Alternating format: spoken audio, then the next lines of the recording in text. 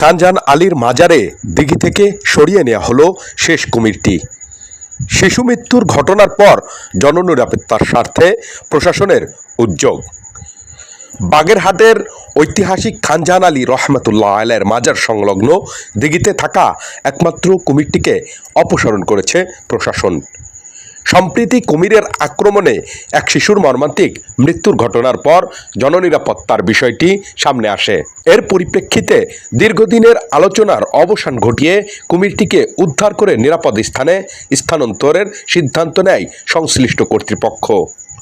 বুধবার ৩ জুন সকাল থেকে বন বিভাগ, জেলা প্রশাসন ও স্থানীয় প্রশাসনের কর্মকর্তারা মাজার এলাকায় অবস্থান নেন। কুমিরটিকে নিরাপদে উদ্ধার করার জন্য বিশেষ প্রস্তুতি গ্রহণ করা হয়। সকাল 10:30টার দিকে দিঘির পূর্ব পারে কুমিরটির অবস্থান শনাক্ত করা হয়।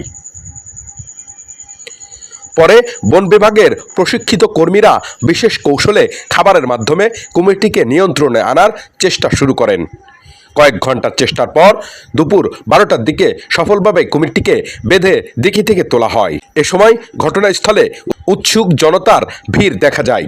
উদ্ধারের পর কুমিরটিকে একটি বিশেষ পরিবহন ব্যবস্থার মাধ্যমে খুলনার বন্যপ্রাণী উদ্ধার ও পুনর্বাসন কেন্দ্রের উদ্দেশ্যে পাঠানো হয়।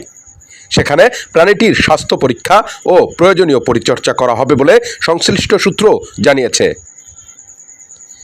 বাগেরহাট সদর উপজেলার নির্বাহী কর্মকর্তা ইউনো মোসাম্মদ আতিয়া খাতুন বলেন, জননিরাপত্তার বিষয়টি সর্বোচ্চ গুরুত্ব দিয়ে বিবেচনা করা হয়েছে।